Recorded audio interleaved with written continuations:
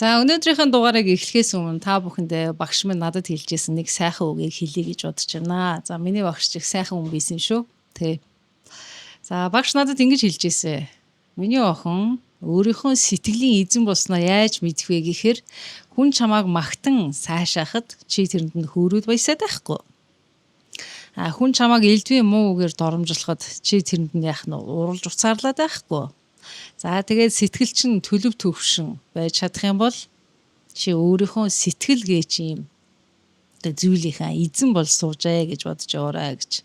Хүнийг магтахад чи баярлж хөөржгүйгээд л за элдв дээдэр чамааг доромжлоход нь уурлаад байх юм бол чи тэр хүний боол гэж. Яагаад би тэр хүний боол биш шүү дээ гэж би бас асууж исэн. За тухайн үе та бүхэн намайг ойлгоорой. Би дөнгөж 20 гаруй насны охин байсан учраас ийм тэнэгхэн зүйлийг багшаасаа бол санаа зовлгүй асууж исэн. За тэгэхэд бол багш яагаад чи тэр хүний боол вэ гэвэл тэр хүний өнөөдөр тийм ээ чиний сэтгэл зүйг удирдах байгаа байхгүй юу? Чамайг тэр хүн өнөөдөр уурлуулж байна. Чамайг тэр хүн өнөөдөр баярлуулж байна. Тэр хүний гарт чиний сэтгэл зүй тийм ээ чамайг яахан тэр хүний гарт байгаа учраас чи тэр хүний боол гэж хэлж исэн. Тэгээ энэ үгийг өнөөдөр хэлээд асуулт хариулт хэсгээ эхэлцгээе.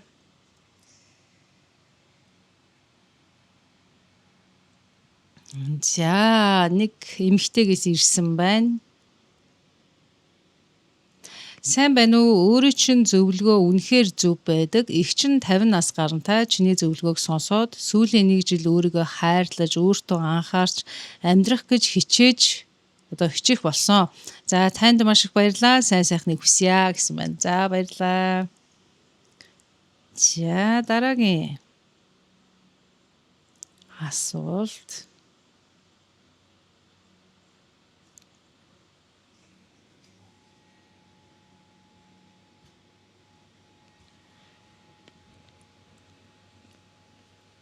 Сайн байна уу? Ануу тусламж хэрэгтэй байна. Рилүүдийг нь үздэг. Би жилийн өмнө нөхөр араар тавиад уучлсан боловч алдаагаа засаагүй, чин сэтгэлээсээ уучлалт гуйгаагүй шүүхээр салсан. Хамт амьдраагүй 9 сар болсон. Тэр хооронд араар тавьсан эмэгтэйтэйгээ хамт байсан юм байна лээ.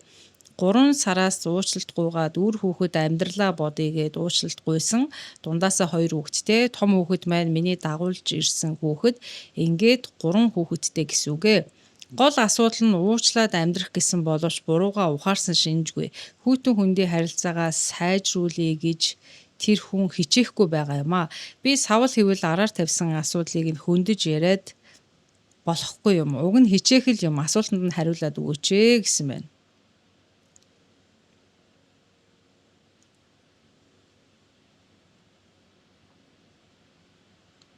За нэг үгээр хэлэхэд бол хүмүүс ингэдэг штэ. Би өөрөө сонголтоо хийцэн. Би өөрөө шийдвэрээ гаргацсан л гэж агмаараа яриад байдаг те.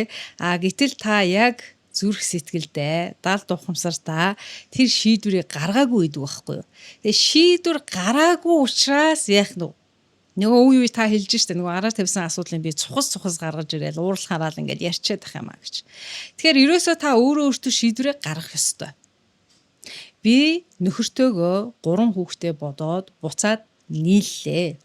За үнэхээр миний гэр бүл чухал учраас би энэ хүний алдааг уучлая гэд өөртөө хэл.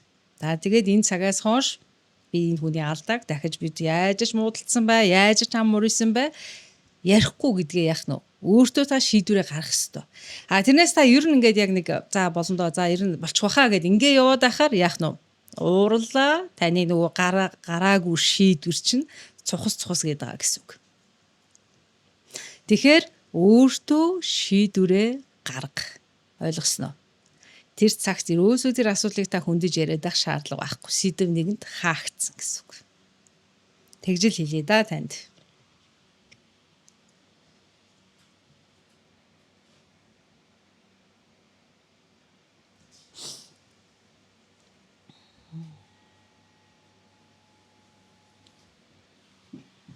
За hello Ану гэсэн байна. Дандаа үздэг дэмждэг шүү. Охин маань 8 дугаар анги юм аа. 12 дугаар ангийн хүүхэдтэй үерхэж байгааг нь олж мэдлээ. Яаж хэлж ойлгуулах вэ? Болох тухай хэлсэн үерхсээр л байгаад байна. Ааваас нь салсан юм тэр нөлөөлдөг юм болов? Бодохгүй юм алгаа гэсэн байна. За 8 дугаар ангийн хүүхэд хэр чинь 14 настай тийм үү? За 12 дугаар ангийн хүүхэд гэхээр 10 хэдэн настай, 4 ах гэхээр ч 18 настай.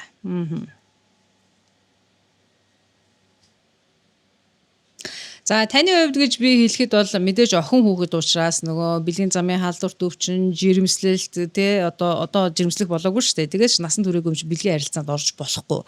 За хүмүүс ер нь гадуур ярьж байгааг би айгүй их сонссон. Одоо үеийн хүүхдүүд чи ерөөсөө айгүй их болцсон юм байлээ шүү дээ. Бараг 13 4-өөтэй ингээд ойртдог болцсон юм байлээ гэсэн яриа бол би сонссон. Гэхдээ бол үнэхээр яг баримттай нотлохоо бол надад үнэндээ алга. За эцэг эхчүүд бидний хувьд хүүхдүүдийн маань энэ өсвөр насн дээр яг л нөгөө нэг бэлгийн боожилтын асуудал, хүнтэй үерхэх, сексийн асуудал ороод ирэхэд нөгөө эцэг эхчүүд бид нар паникнд ороод байгаа байхгүй юу? За энэ үед та бүхнийг яах ёстой вэ гэхээр хүүхдүүдтэй яаж аюулгүй секс хийх ёстой, яаж жирэмслэхгүй байх ёстой, хэдэн насндаа бэлгийн харилцаанд орох ёстой, үерхэл гэж юу юм гэдгийг л хэл. Тэрнээс битгий 20. Угаасаа л байгалийн дуудлагаараа, байгалийн жамаараа бид нар чинь нэгнтэйгээ үерхэн, хөтлөлцөн, нэгнийгээ шохоорхон тийм зүйл байж л таараа.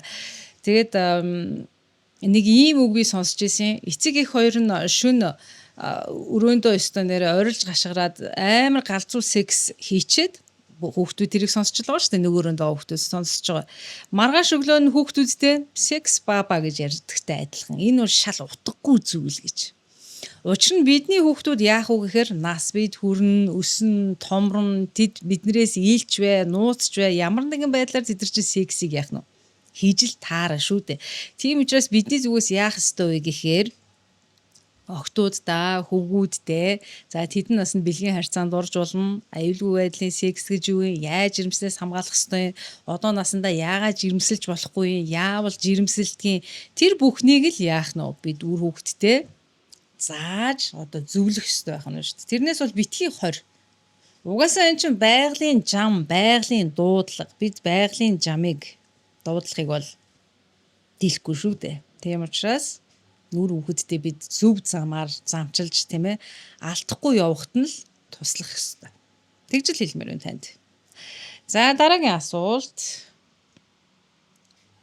Сайн байна уу? Танаас нэг зүйлийн талаар асууж зөвлөгөө авах гээд би одоо 3 хүүхэдтэй, 4 дахь хүүхдээ хүлээж авах гээд хүлээж байна. Удахгүй төрн гол асуудал бол манай нөхөр нууц амраг араар тавих асуудал байн гаргах юм аа. Тэгээд явалдаж байгаа хүүхдүүдээ өмгөөлнө. Намайг мэдчихлээ гэж бараг уурлаж бөө юм болно. Тэгээд л дараа нь чамдаа хайртай штэ гэдэл байна. Би бүр сүулдэ бараг энэ асуудал дээр нь эвлэрээд байх шигэ. Өөрийгөө ч ойлгохоо байсан. Яахаа ч мэдэхгүй энэ хүн засрахгүй л болбоо гэсэн байна.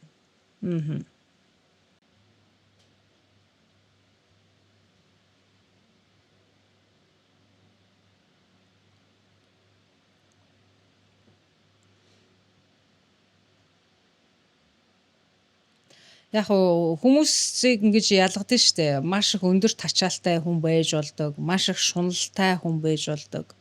Эсвэл их ууртай хүн байж болдог, эсвэл их баяр хөөртэй хүн байж болдог гэд. Ер нь ингээд хүмүүсийг тодорхойлж болдог. За таны нөхөр бол тачаал өндөртөд орно. За ер нь баг та хэлж штэ. Би одоо баг энэ байдалд нь эвлэрчээд ах шиг байна гэж. Эхнэр нөхөр болоод ингээ хамтын амьдрал зохиогоод бид ингээд нөгөө нийгмийн тэр үнд суурийг чинь тавиа явж байгаа тийм үү. Гэр бүл бол нийгмийн одоо эхний л одоо юу шүү дээ. Үндэс штэ. Тэр гэр бүл дундаас дараагийн нийгмийн гишүүд үр хүүхэд болж гарч байгаа. Тэгэхээр үнэхээр л энэ гэр бүл салахгүй. Бид нар ингээд үр хүүхдээ өсгөөд ингээ явнаа. Учир зүгээ олноо гэж байгаа бол ер нь нэгнийхээ эрх чөлөөнд халтахгүй байх нэг тийм гоё сайхан чанар гэж байдیں۔ Гэтэ энийг ингээд хүмүүс амьдралдаа хэрэгжүүлээд явж чаддсан уу, хэрэгжиж болохоор юм уу гэдгийг бол би таны хувьд мэдэхгүй байна. Гэхдээ хүмүүс нэг тэгдэг те. Одоо нэг хүнтэй суучлаа. За миний нөхөр зөвхөн намайг л харна, надтай л байна, над руу л харж инээ, надад л бүх зүйлээ өгнө. Гүцээ өөр ерэн тэр хорвоогийн тэр эмгтэй хүмүүс тэр бусад зүйл энэ ир хүнд ингээд дуусаа баяртай миний нөхөр баг энэ дэлхийгээс ингээд орчлон хорвоо хүний нийгмээс тусгаарлагдсан тэрний нүдэн зөвхөн би л харагдах ёстой гэж бодоод идэг. Гэтэл хүн гэдэг тийм биш, амьдрал гэдэг тийм биш. Бид бүхэн юм нэгэн юм том одоо юу гэдэг одоо энэ энергийн сүлэлтэй энэ нэг юм хөдөлгөөн дунд байгаа аахгүй амьдрал гэж. Тэгэхээр энэ агуу амьдралын энэ урсгал дунд хинч тусдаа биш, хинч ганцаараа биш. Хэнийгч та тусгаарлах боломжгүй. Тэгэхээр таны нөхөр үнэхээр тачаал өндөртөө ирэх хүн бол за өнөөдөр гэр бүлээ хаяхгүй үр хөвгтөө аваад явнаа гэж байгаа бол магадгүй та түүний тэр хувийн одоо хит хувийн зүйлд нь оролцохгүй л байсан дээр болов уу гэж би хэлмээр байна. Тэгээ үнэхээр та тэгж чадахгүй байгаа бол тэрийг хүлийн зөвшөөрч чадахгүй байгаа бол магадгүй та ч гэсэн магадгүй таны нүдэнд өөр нэг эрэгтэй хүн гоё харагдаж болно тийм үү? Та түүнтэй ярилцахыг хүсэж болно. Түүн рүү харж инээмсэглэж болно. Зөвхөн энэ хорвоо таны эр нөхөр л таны нүдэнд харагддаг юм биш шүү дээ. Тэгэхээр энэ хүний нэг байгаллаг нэг тийм амтналаг нэг зүн чанар нэг зүн бэлэг ч гэх юм уу? Одоо нэг зан чанар ч гэх юм уу? Тийм зүйл байгаад байдаг. Тэрийг бид нар өнөөдөр хүний нийгэм гэдэг одоо ёс зүй, зарчим, гэрлэлт гэдэг зүйлээр боож хаах гэдэг. Гэтэл эн чинь үнэндээ мөн чанар нь тийм юм чи яах? Хөрсөн дээр буухгүй юм болчиход байгаа. Тэгэхээр хүмүүс жүжиглдэг л болж байгаа байхгүй юу? Тэгэхээр таныг зүгээр нэг амьдрал нэг ийм юм байдгий шүү. Нэг ийм юмыг нэг анзаараад үзээрэй. Ийм нэг зүйлийг нэг гэд бодоод үзээрэй л гэж би хэлмээр байна тий. Тэгэхэд бол зарим ирчүүд чинь баг нэг араар тавиал тэгээд явчихдаг юм шүү. Тийм юм шүү гэлээ штэ. Нөө эртний хаадууд яагаад олон хатантай байсан бэ гэдэг би бас энэ дээр аяг дурдмаар байдаг байхгүй тий. Маш олон хатантай байсан юм билээ шүү дээ ер нь хаадууд чинь. За дараагийн асуулт. Сайн уу 4 хүүхэдтэй 18 жил амьдарсан, ажил орлоготой болсон, одоо уурлахаараа л явлаа гэдэг болсон. Баг нь ой гарантай хүүхдүүдээ бодоод гуйгаад байж байна. Энэ бүхэн хизээ дуусах юм болоо. За наа бүхэн чинь таны нөхрийг явсны дараа л дуусна гэж би хэл. Одоо уурлахаараа л явлаа гэдэг болсон гэдэг нь юу хэлээд байна вэ гэхээр тань сэтгэлгүй болцоо, хайргүй болцоо л гэдэг хэлээд байгаа. Ер нь нэг би нэг үе л хэлээд байгаа. За энэ бүх хүн тэр болгон л миний рилийг үзэл, тэр болгон л миний ярьдаг ямиг сонсдог хүмүүсээс ховор үйд юм шиг үлээ. За бас байнгын сонсогч нар байд юм бэлээ тийм. За тэгэхээр ер нь эрэгтэй хүн танд хайргүй болцсон бол хүүе би чамд хайргүй болцсон. Би өөр эмэгтэйтэй болцсон. Чамайг харахаас хоёр нүд хорсоод байна. Хоёлын ингээ болио гэж хизээч хэлэхгүй. Эрэгтэй хүн танд яах нь үйлдэлээрээ үгэн дунд үг хийж тийм тойруу байдлаар ойлгуулдаг. Яагаад вэ гэхээр эрэгтэй хүн эмэгтэй хүнийг шууд нэг тийм үг хэлээд өвтөхөөс айдаг байхгүй юу? Тэр ирчүүд хизээч би чамд хайргүй болцсон гэж хэлэхгүй. Би чамд хайргүй гэдгээ яаж хэлээд байна вэ гэхээр би зүгээр л явмаар байна. Би зүгээр салмаар байна. Тэр яагаад сэтгэлгүй хүнийг гуйж одоо дэрэгдээ тогтоох ёстой юм. За мэдээж энэ бол таны амьдрал, таны сонголт байх. Таны нөхрийн хувьд бол тийм байна л гэдгийг би хэлье тий. За дараагийн асуулт.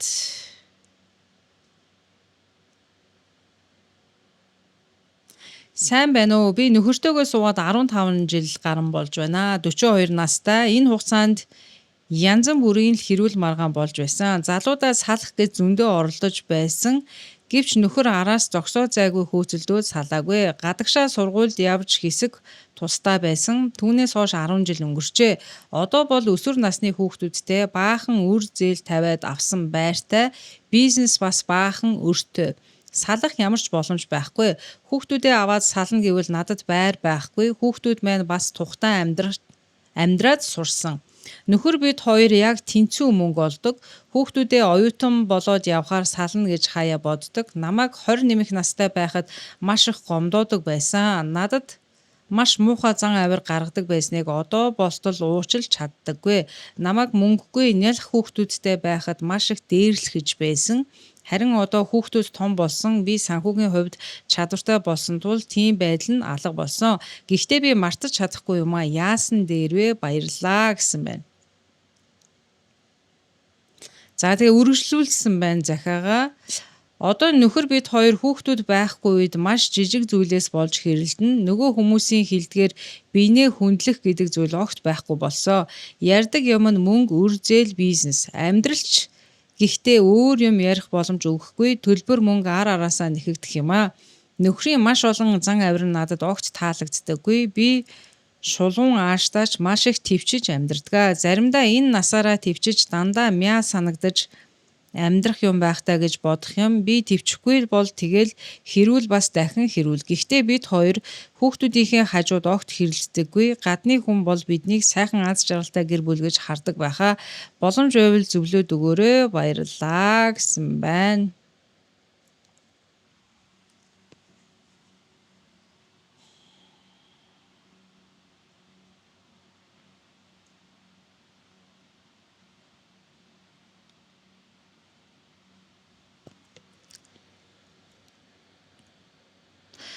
Нэг тийм үг үйдэг штэ тий. Бидний амьдрал асуудлаар дүүрэн гэж. Ер нь асуудалгүй амьдралгүй хүн гэж байхгүй.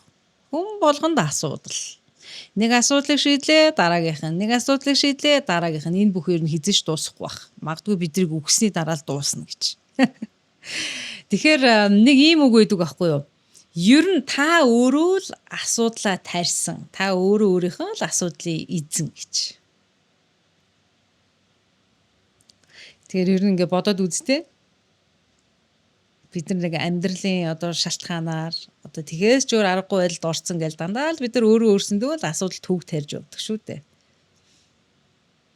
За таны хувьд болохоор яг уу тойр бол үр зээл гэдэг зүйлээс ингээд нэг болоод ингээд салж чадахгүй, яаж чадахгүй нэг юм гацаанд орцсон хоёр байна шүү дээ. Гэтэл одоо үжээний нөгөө хайр байхгүй болсон. Үжээний нөгөө нэгнийгээ харахаар өстө үстэй толгой чинь өргөөгөөд өстө энэ хүнийг л харахгүй байвал бурхан минь энэ өдөр сайхан болох гээд байна гэдэг шиг бүр нэгний үзий яддаг болсон байна.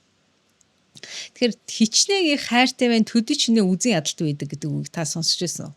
Хоёр бол одоо тэр хайр биш тэр үзий ядалтынхаа одоо хэсэг дээр яваад байна гэсэн санаа байхгүй юу. Тэгэхээр нэгэнтээ нэгнийгээ харахаас хоёр нүд чинь хорсоод идэх юм бол нэгнийгээ харахаар ингээд бүр жижигхэн зүйлдээш тааш тохирхоо болцсон бол заавал тэрийг тааруулах гад ч яах юм, заавал нэгнийгээ харах гад ч яах юм, заавал энэ хүнд болохгүй нөхцөл байдлыг засах гад ч яах юм.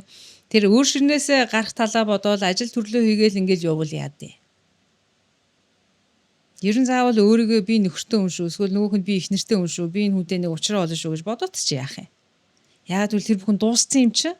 Нэгэн тэр хоёр хүний нэгнээгээд хүсээд байгаа тэмүүлдэг, хүсэмжилдэг, нэгнийгээ харахыг хүсдэг, хамтдаа байхдаа жаргадаг тэр юм чин байхгүй. Тэр деварж чин там болцоод байгаа бол тамыг цааш үргэлжлүүлэх хэрэг байгаа юм уу? Амьдралын гол асуудал юу вэ? Өөр ширнээсээ гарах, өөр ширээ бодвол явшин дээр болов л гэж бодож байна. Тий. Тэгэд би нэг хүмүүснийг хандаад нэг зүйлийг үнэхээр хэлмээр байна. Таны кейсэн дээр танд ч хэлж байгаа юм биш. Ер нь ингээд хараа. Та нэг хүнтэй амьдраад хань ижил болоод хэдэн жил амьдэрсэн байж болно. Та хоёр дундаасаа хэдэн ч хүүхэдтэй байж болно. Энэ нь таны хайрын амьдрал, таны энэ насны амьдрал төгссөн гэсэн үг биш. Энэ төгсгөл биш байхгүй юу? Хайр дахиж хизээч ирэхгүй. Таны амьдралд гэрэл гэгээтэй сайн сайхан тэр хоёр анх учирж исэн тийм зүйл хизээч болохгүй гэсэн үг биш. Хүмүүс бид нар л өөрснөө энэ амьдралын халигаа залгаа дүүрэн аз жаргал энэ дундаас л амсаал энэний урсгал өртөөл ингээ мэдэрч явж чадахгүй л өөрийгөө л ингээл хаачаал хориод цагдаал амьдрал юм гээ зүхээ суудаг боловч амьдрал бол үргэлжил урсгал шүү дээ. Ерөөсө хайр гэдэг нэг хүнээр дуустдаггүй те. Ер нь ингээд нэг насны амьдрал нэг хүнтэйгээ байна гэдэг тийм хуульчир нь хаана байгаа юм. Та нар өөрснөө л нэг юм жижигхэн үзэл бодолд өөрснийгөө түгччээ. Тэгээ тэнд хайр нэгэнт байхгүй, нэгэнт хүндлэл байхгүй болсон үед ингээд нэг юм хайгаал ингээд яваад байгаатай адилхан. Зүгээр л орхи. Зүгээр л болчих. Зүгээр л зогс гэж өөртөө хэл. Тэгэл гүцээ болов гэж би бодож тий.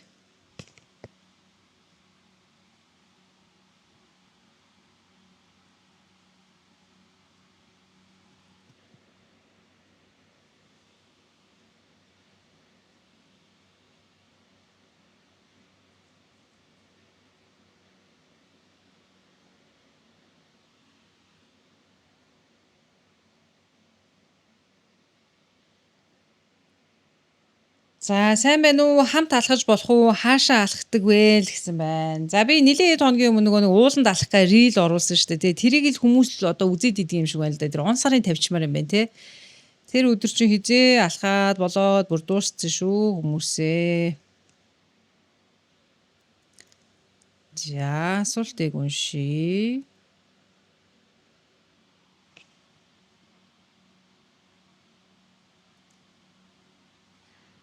Сайн байна уу ихчээ? Таны бичлэгийг үзэх дуртай шүү. Би бас юм асуумаар санагдаад ярилцах хүн байхгүй болохоор таны зөвлөгөөг сонсомоор санагдлаа. Би 27 настай, нөхөртөөгөө амьдраа жил болж байна. Одоо жирэмсэн төрх төхөж байгаа. Манай нөхөр бид хоёрт нэг их асуудал байхгүй. Харин хадам ээж сүүлийн үед их төвөгтэй санагдах боллоо. Уг нь их сэтгэл сайтай сайн хүн байгаа юм. Маш их халамжтай, ганц хүүтэй болохоор хүүгээ гисээр өөр ажил байхгүй, байнга манад ирж гэрийн ажилд тусалж хүнс бусад зүйлд нэмэр болдог. Би ч сайн хадамтай болсон гэд их сайн ханддаг. Гэхдээ бараг өдөр болгон өглөө болгон ирж бараг гуруулаа амьдарч байгаа шиг л байдаг. Заримдаа яг яах гэж ирсэн тодорхойгүй хар өглөөгөөр ирээд хүн унтуулахгүй юм аа.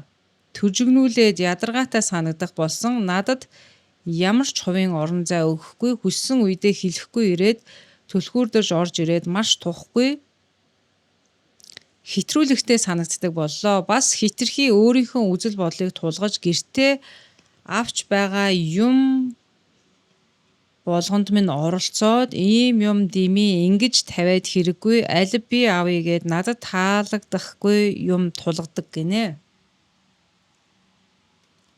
Гэрийн эзэгтэй болох байр суурийг минь өгөхгүй, хүүгээ өрх тусгаарлаж байгааг нэг л ойлгохгүй байх шиг байгаамаа. Өөрт нь хэлийг ихээр гомдчих юм болов, ганц хүүгийн өөрөөс нь холдуулах гээд байна гэд бодчих юм болов гэд хэлж чадахгүй байна. Нөхөртөө ивэр хэлж үзсэн, тухгүй болоод байгаагаа хэлсэн боловч хөөхий уйддаг юм байлгүй дээ, харин ч тус болоод хоёуланд нь нэмэртэл байдаг штэ гэд ойлгохгүй байгаа. Бас ээжд нь дургүй биш ч тийм мэдрэмж өгчихвэ гэж санаа зовоод яхаа мэдхээ боллоо. Иннээс болоод ойрд бүр их бодож улам их төвөгшөөгөөд байдаг боллоо. Яасан дээрвэ надад зөвлөөч гэсэн байна. За.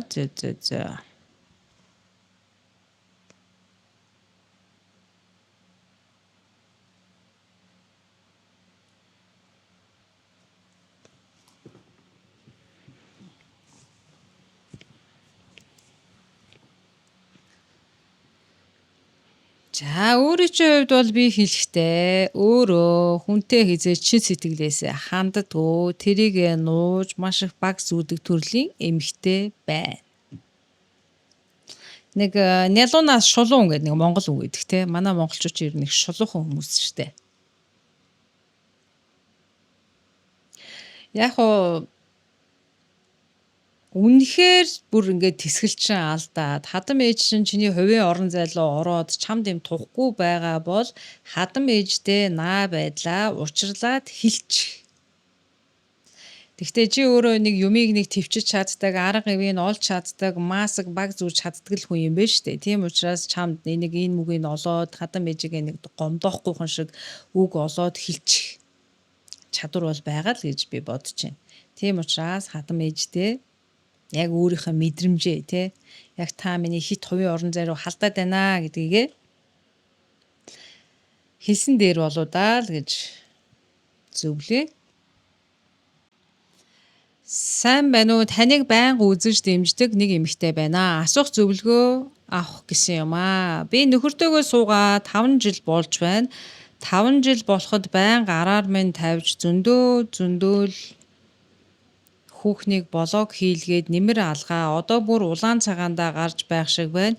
Тэр болгонд нь сэтгэлээр унаж уйлж бүр болоогүй. Сэтгэлээ засах гэж хаяа уух юм гуйж үзэж байна. Би өөрөө салж чадахгүй дэндүү хайрлаж дассан болохоор яагаад ч мэдэхгүй юм аа. Нэг гарвал хэд хоногоор явна. Тэр болгонд нь нойргүй хоол унд муутай сэтгэлийн хит их ядаргаанд орчихын. Заримдаа үнэхээр бачимдаад байна. Яаж энэ бүхнээс өөрийгөө чөлөөлөх вэ? Та надад зөвлөгөө өгөөч гэсэн байна.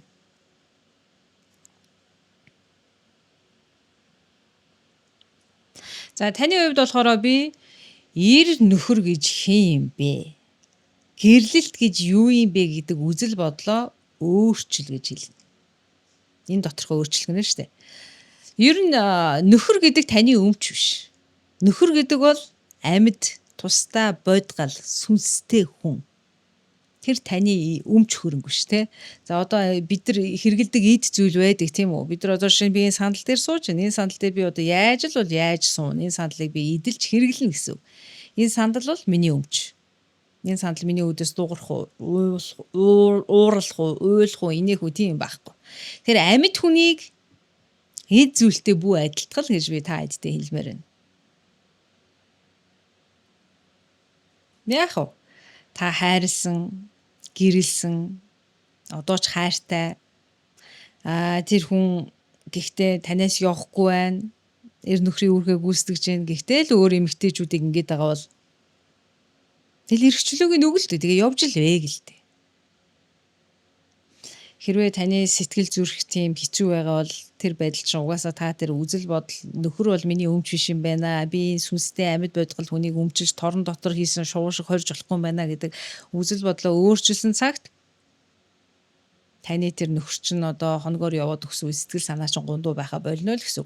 За тэгээ бүр хэцүү байгаа бол нөгөө би хэлдэг те адилхан л байх хэрэгтэй гэж. Тэр хүн тэнд зугаацаа явж байгаа та ч гэсэн зугаац гаргаа олж болно шүү дээ. Тийм үү?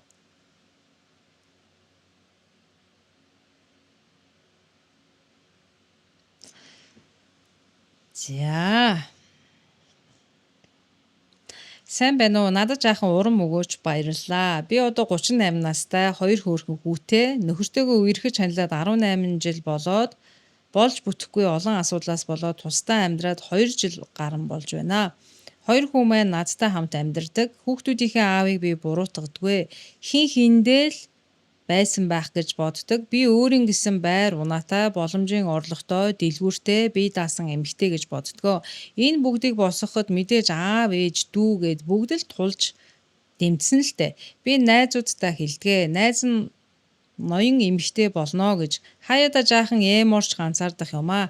Танаас л урмын үг сонсчихвол яг болох юм шиг санагдаад. Таны рил бичлэгээр бас зарим асуудлаа шийдэж гарцыг нь олдгоо. Баярлалаа танд гэсэн байна.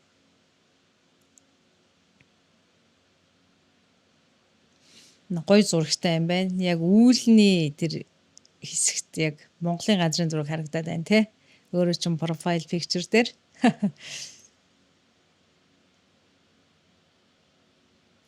За ноён эмэгтэй болно гэж. За таны юу захиаг уншаад надад их гоё энергич орж иж мэдэгдэж байна. Тэ нөгөө дуучин шэрийг мэдэх бах тийм үү 38 настай юм чи ер нь шэрийг мэдэх болов гэж бодож байна. За одоо нэлээд залуу үеийнхэн бол мэдэхгүй бах.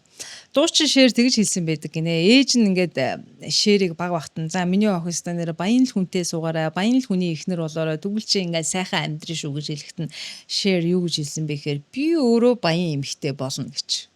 Тэгээд нэг ток шоун дээр ч гэсэн өөрөө ярьдаг байхгүй юу. Уитни Хьюстон байсан баха.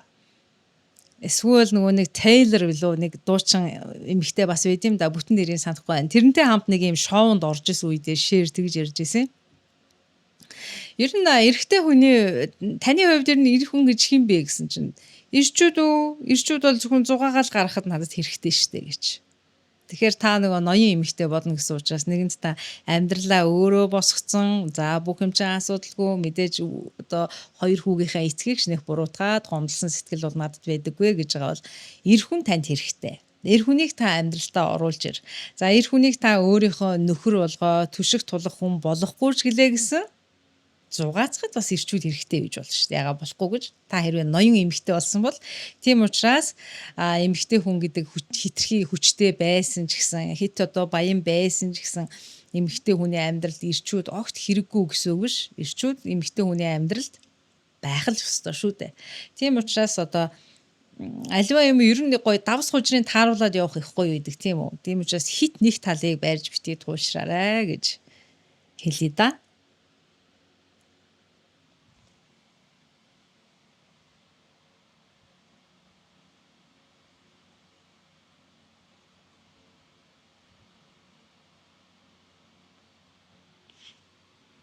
За дараагийн захиаг уншия.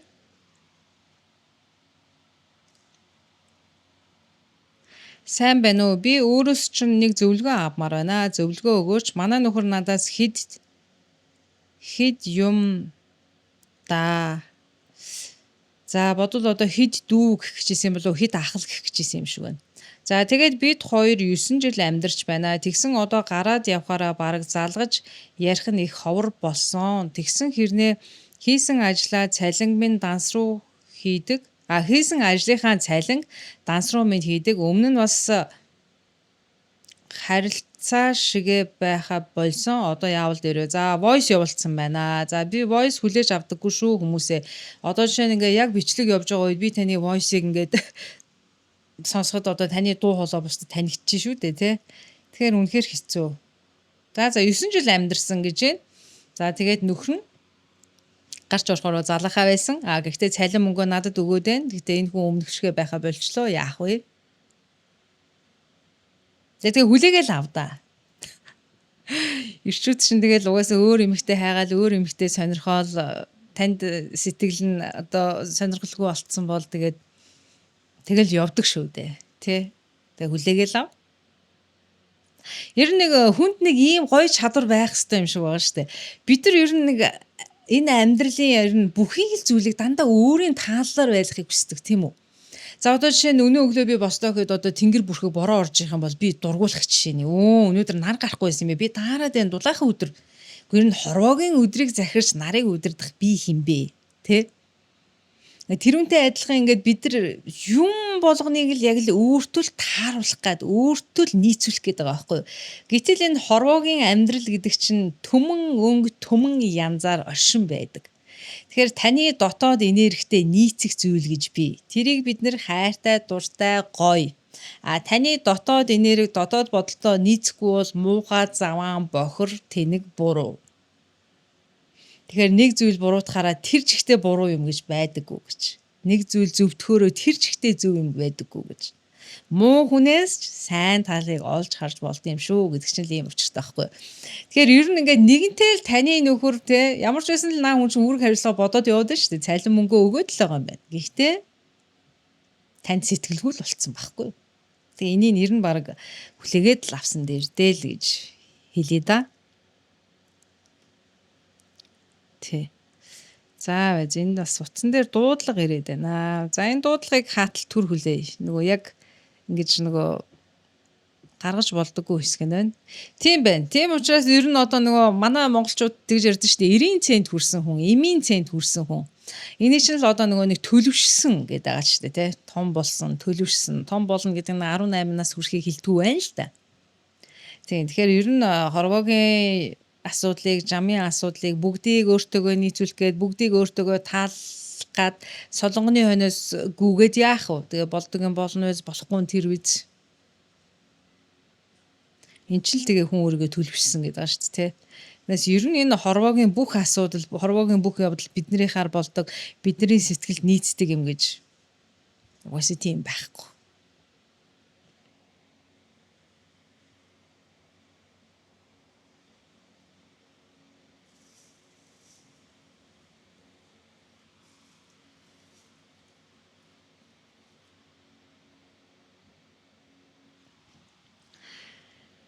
За энд нэг богино мессеж ирсэн байна. Сайн байна уу? Засрахгүй их нэртэй 4 хүүхэдтэй яаж амьдрах вэ?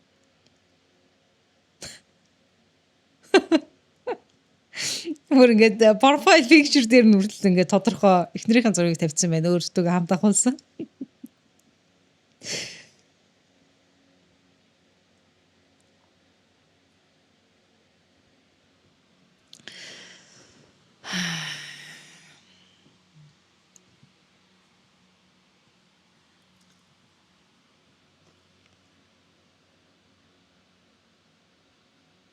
Нэг хоёр эсрэг хүн хоорондоо татагдаж голчлон ханилан суусан элбэг байдаг гэж хүмүүс ярьдаг те.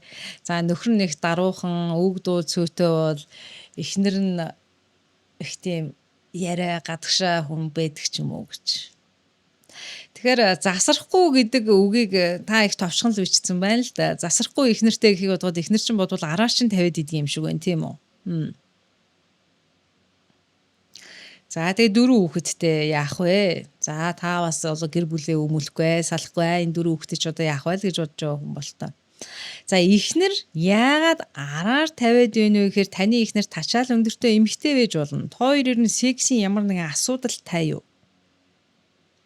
Бүр огт хийхээ болсон уу? Эсвэл сардаа ганц удаа байдаг уу? Ер нь секс дээр ямар нэгэн асуудал хоёрын хувьд байна. Тэр асуудлыг яг юу нь болохгүй байгаа вэ? Тэрийг шийдэж чадах юм бол ер нь болох болов уу гэж би бодож байна да. Тий.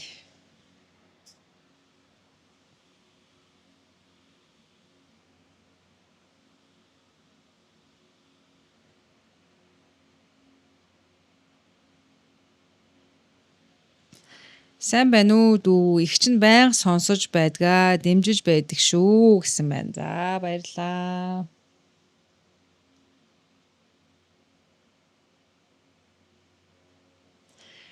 За сайхан наадсан уу? Цуслан тавлаг сайхан уу? Гал цогтоо мундаг бүсгүй шүү. Урагшаа амжилт гэсэн байна. Баярлаа.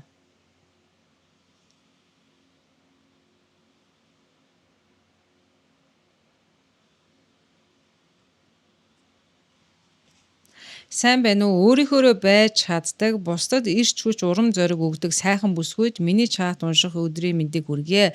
Би бичгүү байх уу гэж олон сар өдөр бодож өнөөдөр бичиж суунаа. Нөхөртөөгөө танилцаж суугаад 18 жил болж байна. 3 хүүхэдтэй.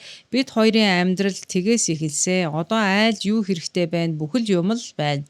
Хоёр идэхгүй хоосон онохгүй, зүгээр суухгүй сайхан амьдарч байна гэж боддог. Байлаа. Нөхөр маань анх танилцаад ажиглаж байхдаа архинд жаахан дуртай юм уу даа гэж бодогддог байсан. Аажмаар уусаар сүүлийн 2-3 жил архины дондолттой болсон. Улсын болон хувийн эмнэлэгт нилээдгүй олон хөвтүүлсэн, спираль тавиулсан ч 2 сар болоод эргээд уусан. Маш сайн ярилцаж ойлгуулдагч би одоо болон уухгүй болсон гэж хэлдэгч худлаа найз нөхдөөсөө өөрөө хөндөрсөн. Зөвхөн гэртээ ганцаараа л уун, нэг уухаараа 10-аас 14 хоног тасралтгүй уун, өгөхгүй сэхүү хоёрын зааг дээр арай гэж босч ирнэ. 20-с 25 хоногийн дараа дахиад л уун, согтоод агсан тавьж зодож нүдэхгүй болохоор тэлсээр олон жилийг үджээ. Жил өнгөрөх тусам хүүхдүүд маань том болж байна. Шилжилтийн насны 2 хүүтэй, аавдаа урам нь хугарч игшиж бухимддаг болсон.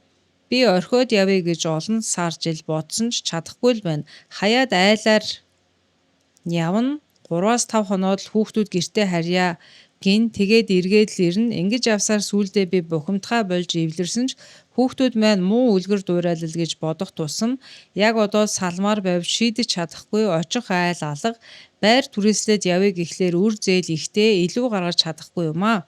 Хадам ээж маань сайхан хүн би. Ах トゥ нарт нь үлдээ гэхээр аваад явчих хүн алга бүгд л тус тусын ажилтай одоо тоохооч болсон. Би анхнаасаа чанга хатуу байхгүй яавдаа гэж хаяа өөрийгөө буруутгах юм. Хүн амтнаас ичдэг байсан бол одоо хинээс ч ичихгүй хэний ч үгэнд орхоо байсан. Би яг ямар шийдвэр гаргаж яах учраа олохгүй хэцүү байна. Надад туслахгүй юу? Баярлаа. Заавал хариу өгөөрэй гэсэн байна. За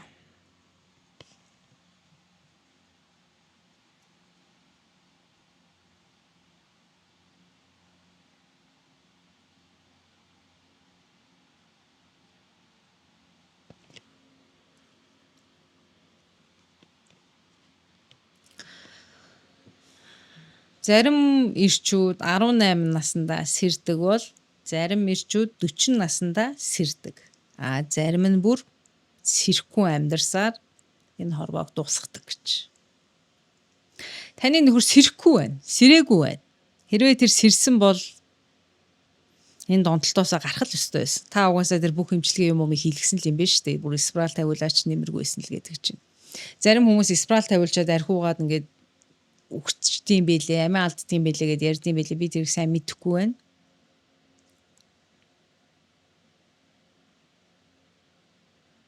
За таны хувьд болохоор та яг ийм нэг донтолттой хүний ар гэрийн яг нэг сэтгэл зүйн байдал яг тийм юм л та автаад яваад байгаа хүн байл та гэрээсээ даажин өөрийгөө буруутгах нь тий. Ерөөсөө та гэрээсээ ч явах хэрэггүй, өөрийгөө ч буруутгах хэрэггүй, хүн чинь л зүгээр сэрхгүй байна л гэж хэлье. Хэрвээ яг боломж байдаг бол та нөхөртөөгөө яг нөхрийгөө яг надтай ингээд яг яриулаад уулзуулвал их зүгээр байна. Би танаа нөхөртөө чи ярьж үзмээр байна.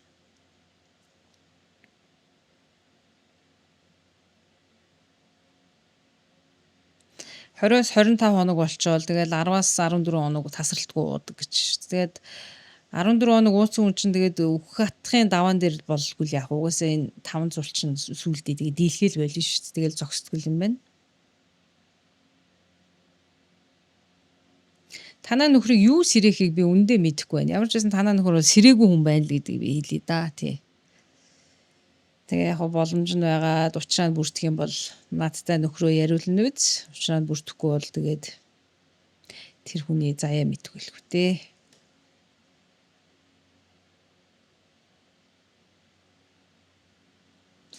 Хай үзэх тусам таалагдаад байгаа зан ааш нь яг л би амжилт гэсэн байна. За баярлаа.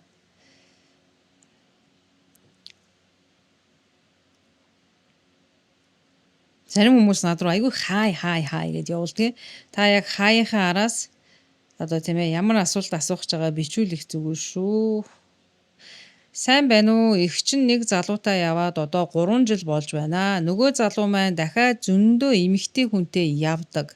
Би уул нь амьдрий гэж бодож байсан юм аа. Одоо яах ёстой вэ? Их чинь 4 хүүхэдтэй. Харсан жил бай да.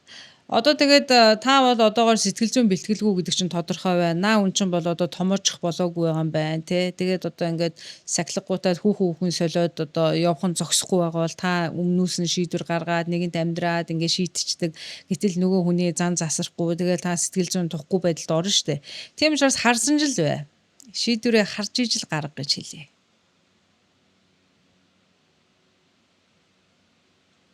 За ууланд хамт алахын л даа л гэсэн байна. За энэ бүхэн чи айл хэд хоногийн өмнө болоод өнгөрцөн шүү хүмүүсээ. Тэр рилний он сар гардаг бол та бүхэн тэр хэд өдөр энэ рилийг оруулсан болоо гэдгээ бас харж ивэл яа гэм бол. За сайн байна уу? Нөхөр бид хоёр гэр бүл болоод 16 жил болж байна. Нөхөр сарын өмнөөс миний зүс таньдаг хүнтэй чаталсан байсан. Нөхөр хэлэхдээ юу ч болоогүй зүгээр маазарч тэгсийн гэсэн хариулт өгч байна. Би уучлах ёстой юу? Байнга бодогдоод хэцүү юм аа. Унтсан үгүйг нь мэдэхгүй болохоор яасан бол гэж худлаа л бухимдах юм гэсэн байна.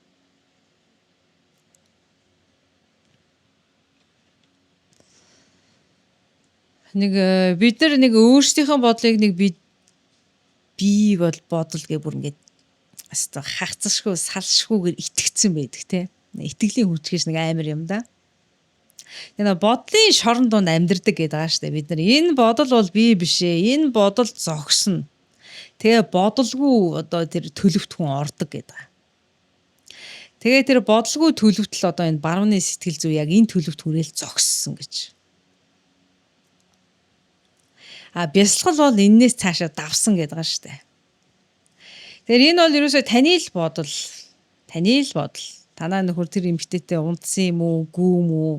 Тэр чинь нэг бодит амьдрал дээр нэг болоод уусан. Та бол бодолтой юуг бодож ургуулж болно.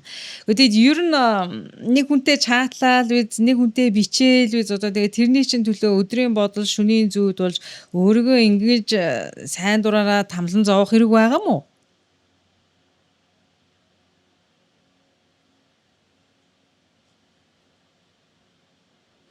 Таны хань ижил, таны ир нөхөр, таны эхнэр, таны өмч биш.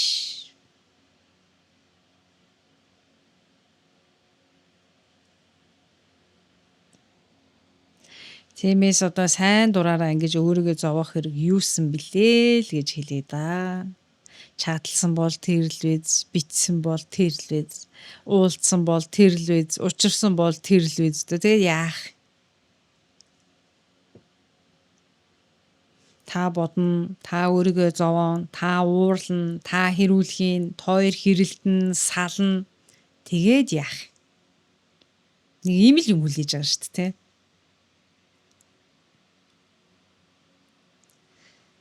За сайн байна уу? Сайхан наадсан уу? Таны зөвлөгөөг байнга сонсдгоо. Надад нэг тусламж хэрэгтэй болоод зөвлөгөө авах гэсэн юм аа. Би 38 настай. Нөхөр маань намайг хуурч өөр хүүхэнтэй харилцаа үүсгэж авсныг мэдээд удаж байгаа юм аа. Одоо уулзахгүй байгаа боловч бид хоёрын сэтгэл санааны байдал дээрдэхгүй удаж байна.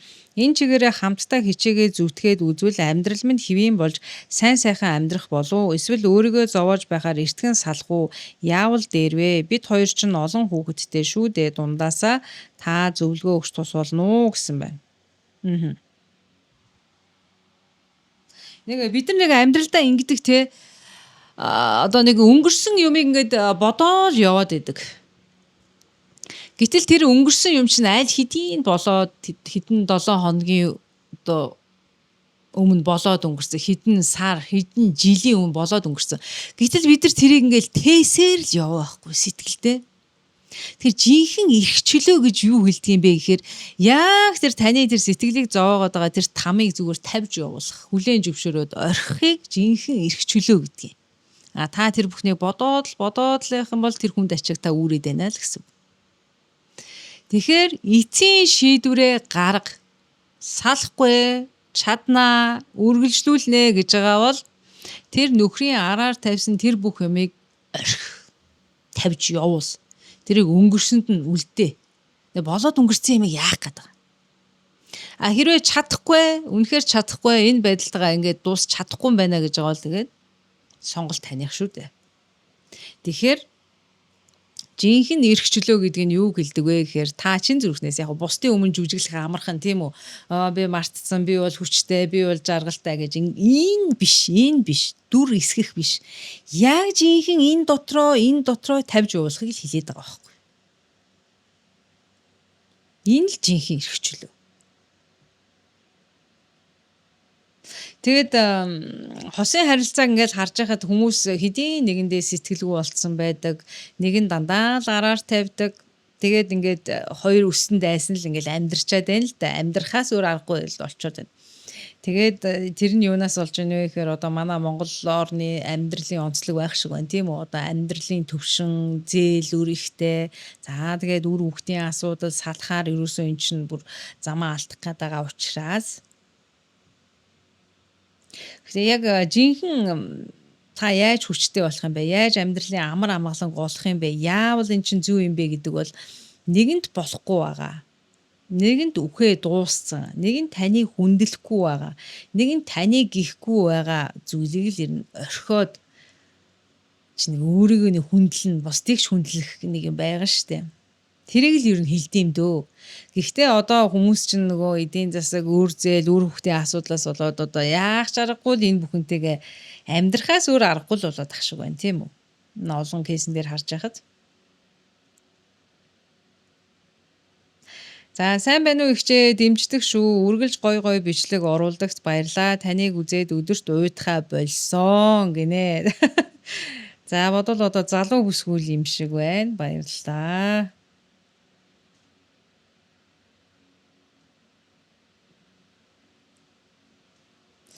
За сайн байна уу? Групптэй оруулаад өгөөч ихч гэсэн байна.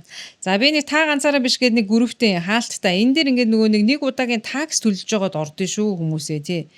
Тэгвэл зүгээр шууд ингээд аппрув хийгээд орж болдгоо байгаа.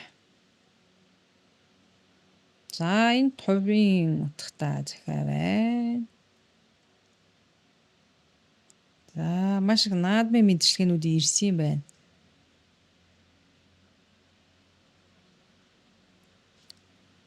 За. Сайн байна уу ихчээ? Заавал хариулаад өгөөрэй. Манай найз залуу сая 6 сард өвд болсон. Бид хоёр муудалцаад уулзаагүй 10 хоног байсан. Надтай муудсан 10 хоногтоо олон хоног арх уусан гэсэ. Над руу залгадаг байсан. Би бүх зүйлийг нь блок хийсэн. Яг өнгөрдөг өдрийнхөө өмнөх орой би согтууд залгаад мөнгө асуугаад байхгүй гэхээр нь баахан мессеж бичээд үлдээсэ. Тэгээд маргааш өглөө нь манай найз залуу сэрээгүй гэсэ. Манай найз залуу хааяа да? За тэр нас орсон өдрөө согтуу байсан. Тэгээ надаас болоод их уусан байхаа гэж би бодож байна. Би амиа хорлох гэж 2 удаа их хэмжээгээр им уусан ч амьд үлдсэн. Одоо ч өхмөр санагддаг, амар их санаж байна. Тэр минь үнэхээр их халамжтай сайн залуу байсан. Одоо би яах вэ? Амьдрмааргүй байна. Надад ирээдүй харагдахгүй байна. Би зүгээр л жоохон юм ойлгуулъя гэж бодсон. Арай хатуудчихлаа. Одоо би яах? За үнэхээр хэцүү байна. Ажиллаж хийж чадахгүй ухаан санаа орон гарan байна гэсэн байна.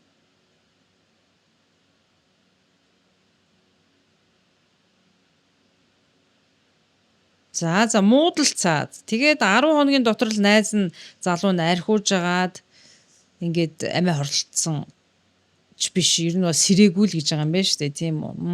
За.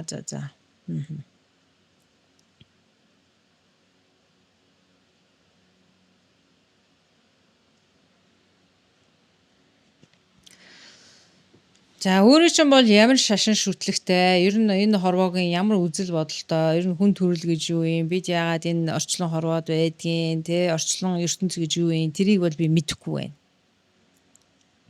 За гэхдээ хинж хаашаач алга болдоггүй. Хүн яг энэ бие махбод гэдэг яг дүрээ өөрчилдөг. Бид нар хувцас сольдогтой адилхан тий. Би одоо өнөөдөр ийм хувц өмссөн байлаа, маргааш би өөр хувц өмсдөгтэй л адилхан. Бие сольдог гэсэн санаа. Тэгэхээр бие үхвч сүнс үхшгүй байх юм шүү дээ. Тэгэхээр яг хүмүүс чинь өнөөдөр амьд байсан хүн ингээд алга болчих юм гэж юу? Хүн ганц л төрөл аваад ганц л амьдрдгийн гэж юу гэд ингээд яриа байдаг те. Би бол хизээч тэгж боддоггүй. Би бүр 6 настай хүүхэд байхдаа ч тэгж боддоггүй байсан. Тэгвэл одоо бодоод үзэлтэй.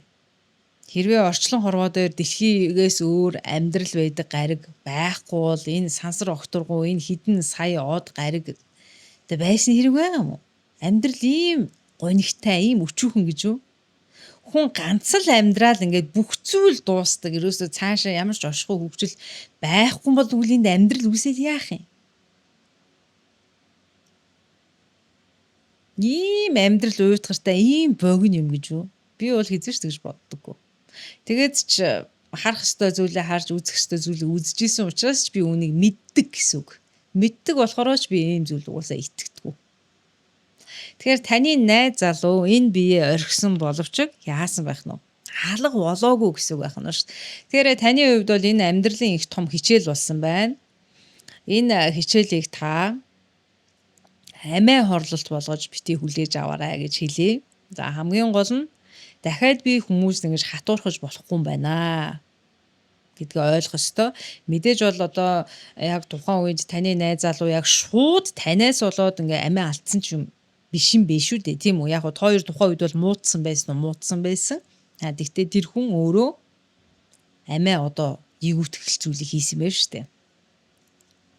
Тэгэхээр хүмүүс тэгж ярьдаг штэ надаас болоод өгчлээ би л буруутай гэж. Магадгүй таны найз залуугийн сүнстэй ч юм ингээ холбогдоод ярихад таны найз залуу чамайг одоо таныг ингээ амиа хорлоод үхээсээ үлдсэн амьдралдаа би чамаас болоод үгсэн штэ гэж өөрийгөө буруутгаасаа гэж хүсэхгүй л болов. Тэр таныг юу гэж хүсвэсэн бэ гэхээр үргэлжлүүлээд амьдр. Би чамаас олж үхээгүй. Энэ чиний буруу биш. Нэг зүгээр л нэг юм болчлоо гэж хэлэх байсан болов л гэж бодож байна. Тийм учраас амьдрах хэрэгтэй. Энэ бүхнийг даваад гаргах хэрэгтэй гэж танд хэлнэ. Тэгээд ер нь залуу хүмүүст ер нь хандаад хэлэхэд бол яг залуу хүн ууртай, омогтой, ухаан богино амьдралын туршлага бага шүү дээ. Тэр нэг альваа зүйл дээр жоохон хүлээцтэй байж сур. Жоохон зөөлөн байж сур. Яаран битгий шийдвэр гаргах гэж надаг. Юу гэдэг өнөөдөр та тэр шийдвэрийг гаргахгүй бол магадгүй бизнесээ хоцрохгүй ч юм уу эсвэл онгоцноос хоцрохгүйгүй тийм аминд одоо тийм ээ яг яаралтай шийдвэр биш л бол 24 цаг бодчих. Дахлаа би бодъё. Тэгээ 24 цагийн дараа та бодоод хоолоо идээд ажиллаа игээд унтаад маргааш яг 24 цаг болоход шийдвэрээ гарга. Тэгэх юм бол та хизээш алдахгүй гэж хэлье. Тийм учраас хинч хаашаач алга болдоггүй. Сүнс мөнх гэдгийг санаж яваарай л гэж захий да.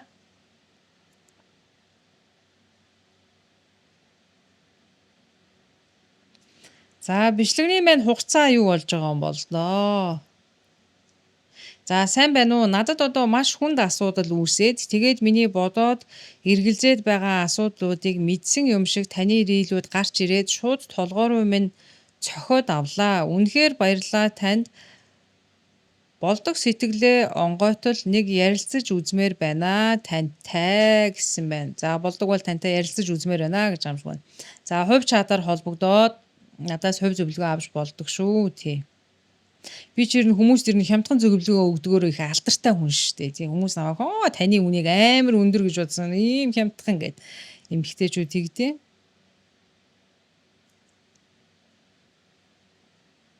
За сайн байна уу? Ануу орой мэндэ чамааг үзэх дуртай гэсэн байна. За баярлалаа. Сайн уу Бацкана гинү?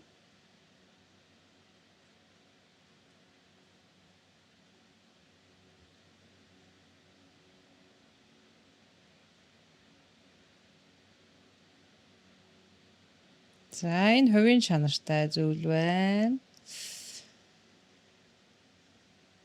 За хаа өдрийн мэндэ ихч таныг дэмждэг зөв энергитэй мундаг хүн байна лээ гинэ. За баярлалаа.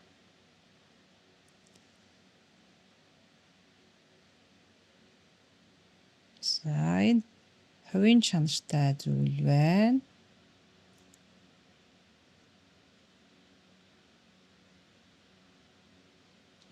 Эр эмийн харилцаанаас бусдаар ямар ч асуудалд эр хүн хийх ажил гих мэд туслаж болно. Харин надад жоохон сэтгэл зүйн зөвлөгөө туслалцаа хэрэгтэй байна. Эмэгтэй хүн талаас. Яагаад гэвэл надад нэг асуудал тулгарсан чамаа гаргалгааг нь нааштай авч үзэж магадгүй гэж бодож байна. За асуух зүйл байна гэсэн байна. За асуух зүйлээ та бичээд явуулаарай.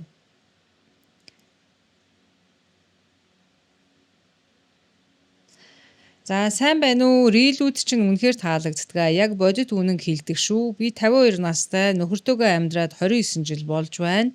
4 сайхан хүүхдүүдтэй. Гол асуудал маань нөхөр маш их хартай. Би хүүхдүүдээ өнчрүүлж чадаагүй өдий хүрсэн. За хөлөө. Яаж суухгүй бол хөлч хилээд байна.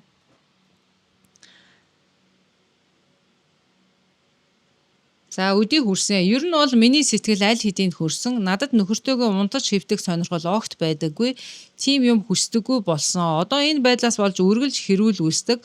Бага охин маань арай жоохон болохоор надтай унтдаг юм аа. Шүн хүүхдийн хажууд хүртэл унтаж хөвтөх гээд байдаг. Нөхөр маань хүүхдүүдтэй халамжтай сайн аав. Намайг л олон жил элдв бусаар хардаж сэрдэж ирсэн. Би насаараа ажил хийгээгүй, гэрийн бүг болсон. Би энэ хүнээс үнэхээр залхаж байна. Хэд хэдэн удаа салах гэж оролдсон. Нөхөр би одоо засарнаа л гэсэн байхгүй. Би маш их сэтгэлийн түгшүүртэй, тайван бус, уур ихтэй болсон. Одоо би тусдаа хол байвал надад амар санагддаг. Би яах ёстой вэ? Надад зөвлөгөө өгөөч, баярлалаа гэсэн байна.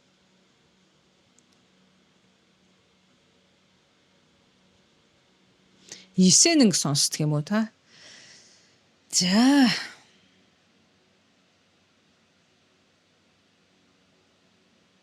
За 29 жил амьдэрсэн тийм ээ. Одоо тэгээд нөхрийгөө яаж хийж байгаа л нэг өөр эмэгтэйтэй л болгох талын юмыг л та боддоо. Одоо баг хатан хэрэгтэй л болцсон юм шиг шүү дээ тийм үү? Та бол хэдийн хүсдэггүй одоо тийм юм бүр таны хувьд секс бол дууссан байна шүү дээ. Та чинь 50 гаруй насны хүн байна. Гэтэл нөхөр бол дуусаагүй хүсээд идэг. Тийм учраас баг нөхөр төр биологийн хэрэгцээгээ хангаад явах баг тийм эмэгтэйтэй болсон дээр болов л гэж хэлээ. Тэгэхээр таныг нэг амар тайван орхин амар амгалан байлгана. Ер нь энэ талаараа баг хоёр нэг үгүй ер нь яриул баг зүгээр юм болов уу гэж би хараад ах юм. Та баг нөхөртөө тийм ээ. За би ч одоо бүр ингээд секс бол миний хувьд дууссан.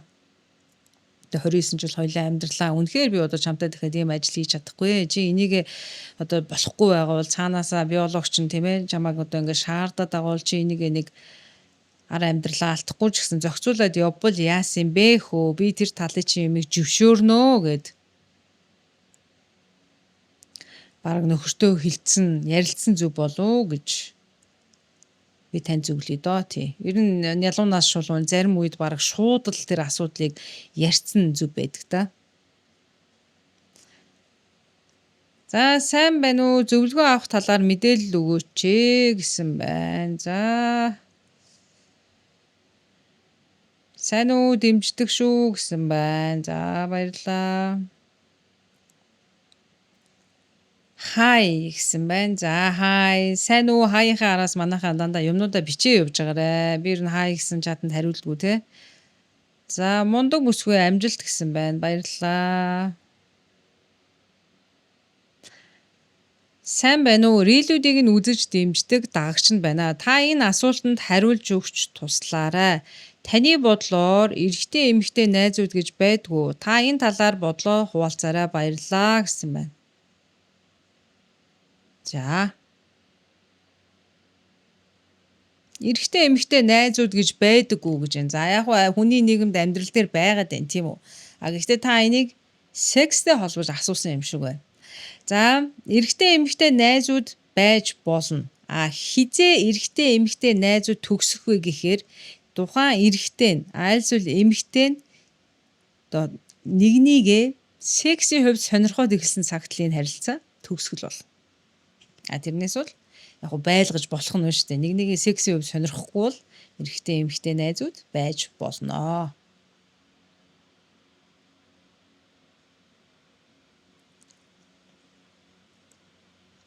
За сайн байна уу? Саяхнаас дагаж зөвлөгөөнүүдийг нь сонсох боллоо. Өөрийнхөө өөдрөг мундаг бүсгүй байна. Хүний юу гэж хэлэх хинт хамаатай юм бэ? Битгий тоогоорой хөөрхнөө минь гинэ. За баярлалаа. За хей нөхөр маань намайг хуурчихлаа. Бид хоёр 18 жил хамт амьдарч байна. Би уучлаад итгээд үзэх ёстой юу? Өөрөө бол буруугаа хүлээгээгүй л болтой. Миний хитрхи хинэггүй итгэмтгий хойноос нь хил ам хийдэггүйтэй холбоотой юу гэсэн байна. Үгүй. Энэ юусоо тантай ямар ч холбоогүй гэдгийг хэлээ. Ер нь хүн гэдэг нэг ийм л амт юм байна л да. Ер нь ингээ амьдрал нэг ямар нэгэн асуудал гараад ирэхээр хүн ингээ өөрөөсөө хайж хэлдэг юм байна. Ер нь ухаантай хүн бол юмд анализ дүгнэлт хийдэг хүн бол за би яач вэ? Би юм дээр алдчих. Ер нь надаас болчихоо гэж хүн боддөг юм байна. Ер нь тэгээд энэ хосын харилцаа гэдэгт 2-18 жил болоод нөхөр араа тавьсан гэдэг бол баг анхны удаа бол баг амжилт гэж би хэлнэ. Тэ. Энэ бол ерөөсөө биолог. Ирчүүд угаасаа л яах нь өөр эмэгтэй хүснэ, өөр эмэгтэй хүсэмжлэн, өөр эмэгтэйтэй учирдаг. Энэ бол ерөөсөө эрэгтэй хүний тэр байгалийн тэр зэрлэг одоо мөн чанар зүүн бэлэг одоо зүүн чанар нь гэхүү. Тийм л юм байхгүй юу? Энийг л одоо энэ хүний нийгэм чинь ингээд өгөөсгээд барьцалдуулаад энэ эрэгтэй гэрэлсэн л бол бандан тас гээд барьчаад энэ үзэл бодлыг огтудад тийм ээ. Эр хүн чамд хайртай л бол насаараа л үнэнч өвдөг юм аа гэдэг ийм буруу үзэл бодол суулгаад байдаг. Гэтэл бодит амьдрал гэдэг нэг зүйл байгаад байна шүү дээ. Энэ бол ерөөсөө л эрэгтэй хүний өөрийнх нь тэр олон их нэртэй байх, олон эмэгтэйг үзэх тэр эрэгтэй хүний өөрийн одоо тэр мөн чанар нь баг. Энэ ерөөсөө таны буруу биш. Болдог юм болдгоороо болж ээ л гэдгийг би танд хэлмээр.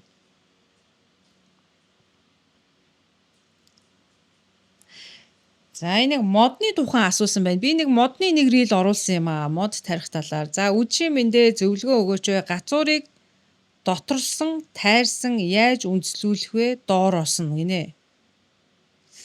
За бодвол одоо нэг гацуурны мөчөр тайрсан тэгээ яаж үндэслүүлэх вэ гэж юм шиг байна. За нэг үндэс идэвхжүүлэгч гээд бодис байдгийн шүү. Энийг та тэр юуны тэр хөдөө аж ахуйн хоршооллын холбооны дэлгүүр үлээ. Тэр нэг бүхэн өргөөний тойрсон баахан дэлгүүрүүд би тэр дэлгүүр рүү бараг та ороод энэ гацуурыг яаж үндэслүүлэх вэ? Үндэс идэвхжүүлэгч байна уу гэ. Тэгээ тэр бодисын талаар мэдээлэл авах юм бол бараг танд тэр худалдагч нар нь өөрснөө зөвлөд өгнө гэдгийг хэлье. За таны зөвлөгөөг сонссон. Мод зардаггүй хаанаас авах вэ гэсэн байна. За би мод үржүүлгийн газартай байсан. Одоо бол надад байхгүй. Би мод зардаггүй шүү. Тий. Та одоо Улаанбаатар хотын ойр орчмын мод үржүүлгийн газраас одоо авах боломжтой байхаа. Тий. За хай найз нь юм асууж болох уу? Хариу гэсэн байна. За асуултаа та бичээд үлдээгээрэй. Хей сайн байна уу? Энэ намар мод тарих гээд буруу тариад цагаан юм хийсэх вигээд айгаад байгаа юм аа. За энэ бодвол улаасны талаар ярьж байгаа шиг байна. Улаасны улингар гэдэг юм чинь 90 улаасанд гарч ирдэг. Тэр модны л одоо үр гэсэн үг шүү дээ. Хавар та эрт модоо танаад байх юм бол улаас ерөөсөө тэр хөвөнгөө хайдаггүй байгаа шүү. Ерөөсөө л танах хэрэгтэй. Сайн байна уу? Өнөөдөр шинээр таныг даглаа. Гоё хэрэгтэй мэдээлэл үзлээ. Хувь хүний хөгжлийн болон ярьж байгаа зүйлүүд чинь таалагдлаа. Амжилт. За баярлалаа.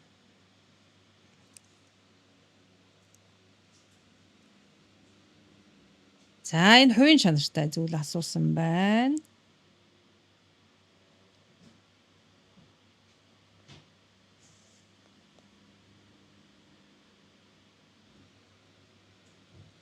За сайн уу ихчээ, би таныг айгүй их дэмждэг шүү. Бүх юмны зангилгаа гаргадаг сэтгэл зүйч шиг л байдаг шүү. Ихчээ зүрх лов гэсэн байна. За баярлалаа. Залуу бүсгүй юм шиг байна. Битснээс нь харахыг бодоход. За. Хин юм чи ямар их зүйл явуулсан бэ над руу. За захааг уншия. Сайн байна уу? Танаас өвлгөө авах гэсэн юм аа. Гэсэн байна. За нэр нууцлаад өгөөрэй гэсэн байна. За би ер нь хэний ч нэрийг тийм ээ Facebook нэрийг нэрэлээрээ дурддгүй шүү. За миний таньдаг маш олон хүн таныг дагаж таныг үздэгэ. Би одоо 29 настай. Өмнө нь 6 жилийн өмнө амьдрал зохиох гэж чадаагүй нэг хөөрхөн хүүтэй болж үлдэж байлаа. Тэр цагаас хойш 4 жил ганцаараа хүүгээ өсгөж ажиллаж ирсэн. Тэгээд 2 жилийн өмнө нэг залуутай уулздаг болсон. Тэр өмнө нь бас 10 гаруй жилийн өмнө алдсан, амьдрах гэж чадаагүй нэг хүүтэй. За дутах зүйлгүй гэр орон хоол унд бүгд л байгаа. Бид хоёр болно бүтэн гэж их ярилцаж ирсний үүднээс хүүхэдтэй болох талаар ярьж гэр бүлийнхэнтэйгээ танилцуулж одоо би 2 сартаа жирэмсэн гэдгээ мэдсэн. Үүнээс хойш зан нь эрс өөрчлөгдөж ойр хавийн хамаатны ах дүүс эгчийн нөхөр дүүгийн найзууд ангийн хөвгүүд ажлын газрын ах нар гэдэл харагдахгүй хүн гэж байха боллоо. Хардахгүй хүн гэж байха боллоо. Хардаж элдв бусаар хэлж доромжилж ойрлж хашгирч ганцаараа л болоод байна гэж дайрч хөөж тууж гэрээсээ яв гэж хүртэл хэллээ. Би одоо яах ёстой гэдгээ мэдэхгүй. Хүүхдээ ахуулаад зам замаа хөөснөн дээрүү эсвэл энэ зүйл төр зуурын хуу тэгээд алга болдог юм болов уу? Хордлого өгөөд гэртээ байгаа ойрд ажил хийгээгүй гэсэн байна.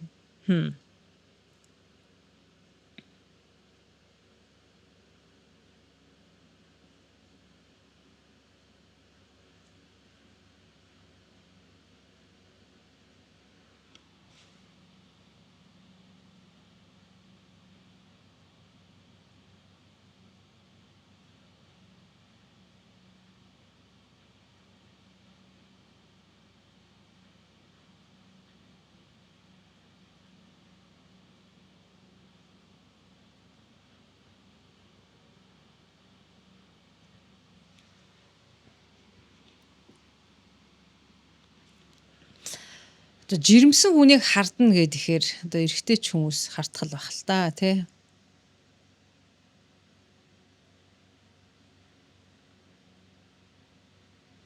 Нэг ийм үг өгдөг шүү дээ. Эхнэрээ жирэмсэн болох үед эр хүний жинхэнэ ааш гарч ирдэг.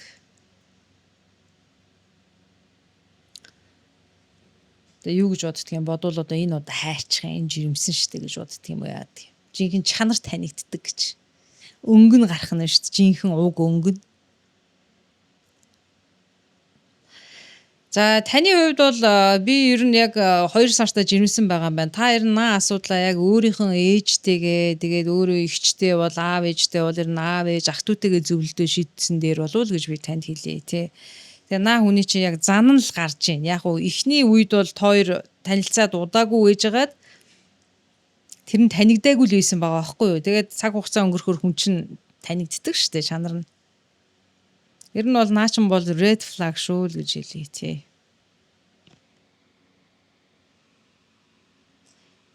Тэгэхээр ойр дотны өөрийнхөө хамгийн дотны хүмүүстэй зөвлөж жогоод та одоо хүүхдийн асуудалтай төрхүү аборт хийх үү гэдэг шийдвэрээ гаргасан дээр болов уу гэж би танд зөвлөё.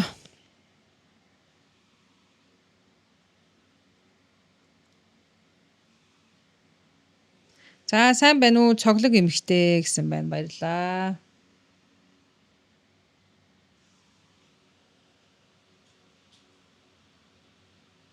Сайн байна уу? Зөвлөгөө авах гэсэн юм аа. Заавал рилээр хариулаад өгөөрэй. Гуйж байна. Би аав ээж минь эрт өнгөрсөн эгч нар тустай амьдралтай анх оюутан байхдаа том хүүгээ төрүүлсэн. Аав нь их нэртэй хүн байсан. За. Анх мдээгүй жирэмсэн болсноо хэлэнгүүд шууд харилцаагаа тасалж байсан. Дараа нь хүнтэй суулгүй 10 гаруй жил болоод 2 охинтой хүнтэй суусан. Дундаасаа 1 охинтой болсон. 6 жил аятайхаа амьдрсны дараа нөхөр өөрөөсөө 20-од насаар ихч бүжигчин ихч дагаад салсан. Би ер нь л махлагдуу байсан. Анх зүгээрээ хөөхөн гэдэгч сүулдэ балиар тархан авгаа гэж хэлээ салсан. Гол нь бас өсвөр насны 2 охиныг нь гэртээ байлгахгүй явуулаад нэг нь одоо төрн нөгөө нь сургуулаа хайж архинд орсон. Аймгийнхаа группээр айлын нөхөртөө явалцсан гэж тавигддаг. Дундаас төрсөн охинооч иргэн хардаггүй, хүүхдийн тэтгэлэг төлдөггүй. Хадам ээж энэ тэр нас явсан авгаад дуртай намайг хил амаар доромжилдог. Нөхөр 40-тэй тэр авгаа 60-тай би 40 дөхөж явна. Анх авгаан охтууд дээр хүртэл очиж учралсан ээжтэй хилээч айлын амьдрал сүрэх гээд байна гэд охтууд нь надтай ойролцоо зээ нар нь миний охинтой үйт ингэх гинэ. Ийм авгаанаар ийм залуучууд их болсон шиг байна. Энэ авгаанаар зориулж хідэн үг хилээч дэхүү гэсэн байна. За яах вэ? Өн чинь өрөөсөө амьдралын боломж таарав. Гэхдээ хизээч хүүхдүүдэд буруу замаар оруулахгүй. 2 жил шахам ганц бай явж байна. Хүнтэй дотносыг гэхээр нэгт би өөрөө их хартай болчихжээ. Худлаа хэлж байгаа байх гэж бодогдоод бас махлаг болохоор өөртөө итгэх итгэл сул. Өөрийн гэсэн орон гэргүй түрээсийн байраар явдаг. Гайгүй ажил төрөл эрхэлдэггүй болохоор гологдох байх гэсэн бодолтой болчихжээ. Би яавал дээрвэ эр хүний халамж хайр өгүүлэгдэх юм. Заавал уншаад өгөөрэй. За.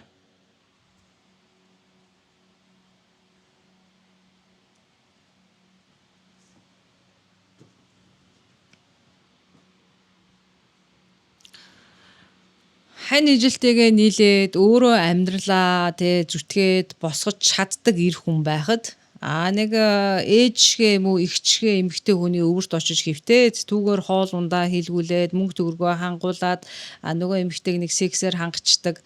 Тэгээ биеийн амрыг хараад бие тойлоо твтэх дуртай ирчрүүд гэж байдаг. Тийм ирчүүдэд хүний эцэг хүн бол хариуцлага, хүний эр нөхөр бол хариуцлага. Үр хөөхөд гэр бүлээ гэсэн бодол байхгүй. Тийм ирчүү зөвхөн хуваа хичээсэн өчүүхэн хүмүүс байдаг. Нэг ийм үг байдаг штэ. Чиний эр хүн өөр эмэгтэйг дагаад явах юм бол тэр өөрөө тэр шийдвэрээ гаргаж штэ тий. Баяртай би хүүхдээ чамайг хаялаа. Би энэ эмэгтэйг сонгож байна. Одоо тэр секс эд хөрөнгө юу гэдгийг тий. Албан тушаал нэр хүнд удам судар энэ айлын хүргэн болж л байвал баяртай гэж байгаа бол явуул. Тэр эмэгтэй зүгээр нөгөө өөрийнхөө эрийг өг гэж. Гэ яагаад эн чинь ямар эрүүл хүнд их юм бэ? Эн чинь юу гэсэн үг юм бэ хүн бүхэнд нь те. Гэтэл сайн эр хүн бол хизээч үр хүүхэд хань ижлээ хаяхгүй. Чи сайн хүнийг алдаагүй байхгүй юу? Ойлгож байна уу? Нэг тийм нөхрийг л чи алдаад явуулж ийн гэсэн санаа. Амьдралаасаа гаргаа явуулж ийн гэсэн санаа. Тийм учраас би охтуудаа, эмэгтэйчүүддээ, бүсгүүчүүддээ нэг зүйлийг хэлье. Чиний байсан эр хүн, тэ? Чиний хань ижил, чиний найз залуу, чиний үр хүүхдийн эцэг нэг өдөр өөр эмэгтэйг сонгоод би чамаас саллаа, баяртай гэж явж байгаа бол тэрнийг явуул. Зүгээр л явуул. Гэхдээ ер нь яагаад таныг хайрладгүй? Таныг юм чинээ бодохгүй байгаа. Тийм хүний хойноос бид нар шаргууцалдаж, жоохон тайлбар хийх юм бол, би жоохон өөрийгөө өөрчлөх юм бол, би жоохон ээлдэг байх юм бол, би энэний өнөөс шаргууцлах юм бол энэ буцаад ирэндэ гэж боддгийм бэ? Үгүй шүү дээ. Тухайн хүн танаас нэгэн салах шийдвэр, таныг орхих шийдвэр гаргасанд л бол та хичнээн өөрийгөө тайлбарлаа гэд, хичнээн байдлыг зөвтгөж та өөрийгөө өөрчлөлөө гэд. Тэр хүний шийдвэр бараг өөрчлөгдөхгүй л болов уу? Тэгвэл яагаад тийм хүний хойноос гүйж, чаргуусалдаж, тэрэнд ингэж ирч хүч, өөрийнх нь хүчийг өгөөд байгаа юм бэ? Нэг нь таныг гэхгүй хүнийг тэгээ явуул л да. Орх хай. Өөрийнх нь тархиндаа, өөрийнх нь зүрхэндээ хэл. Энэ цагаас хойш энэ хүн миний амьдрал байхаа болсон. Би хүнийг бодохгүй, дурсахгүй, санахгүй, энэ хүний хойноос харамсаж энерги өгөхгүй гэж хэл. Бусдын өмнө битгий жүжигэл өөрөө ганцаараа байхдаа ч өөртөө хэл.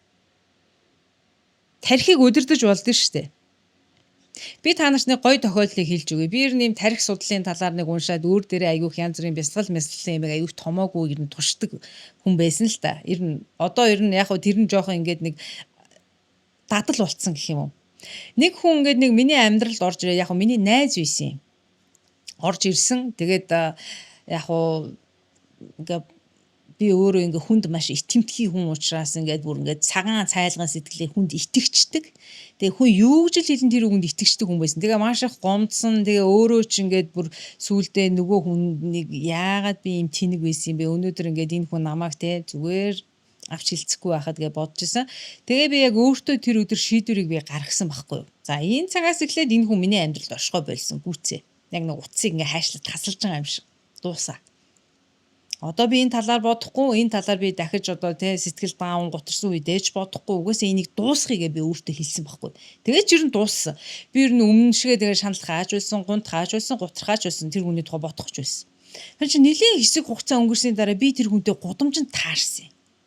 Олон нийтийн газар явж бод. Чи нөгөө хүн маань настай хүн сайн уу мэн үү ануу мануу гэд ингээ мэдлэхгүй юу? Нөгөө хүн ингээ хүрээд ирсэн юм байна. Тэгсэн чи би тэр хүнийг хараад юу гэж бодсон гэж. За энэ хүн чи хэн блэ? Юу вэ? Энэ хүний чи таньдаг билүү гэж бодсон шүү. Тэр хүний тарих ийм хүчтэй. Та тарихнаасаа тэр хүнийг аваад хаяа гэж байгаа бол энэ боломжтой. Би бүр найзыгаа хүртэл бүр танихгүй хүн шиг тэгж амьдралаасаа, тарихнаасаа, бодлоосоо зүрхнээсээ аваа ийцсан байна шүү. Тэгэхээр зүгээр таныг гихгүй байгаа, таныг доромжлоод, урваа шарваад явсан хүний хойноос чаргууталзаж тэрийг дахин бодож та тэрэнд хүчийг өгöd байгаа байхгүй. Бити тэрэнд давуу тал тэр хүчийг өг. Хай. Тасал тэр утсыг тасал хой орх. Өөрлөгөө эрэг, өөрийгөө хүндлэлтэй, өөрөөрөө амьдралтай. Тэр хүн таны амьдралаас гараа явчлаа. Одоо тэгээ яах гэж бодит байдлыг хүлээн зөвшөөр. Тэгээ та хэлсэн байна. Одоо би яах ёстой вэ гэж хайрал, дуурал, дараагийн эр хүнтэй уулз, учир болж амьдрал үргэлжилж байна л гэж хэлмээр байна. За ингээ өнөөдрийн маань асуулт хариулт хэсэг үгээр дуусч байна. Та бүхэнд одоо таалагдсан бахаа гэж бодож байна. За ингээ дараагийн дугаар хүртэл баяр таа.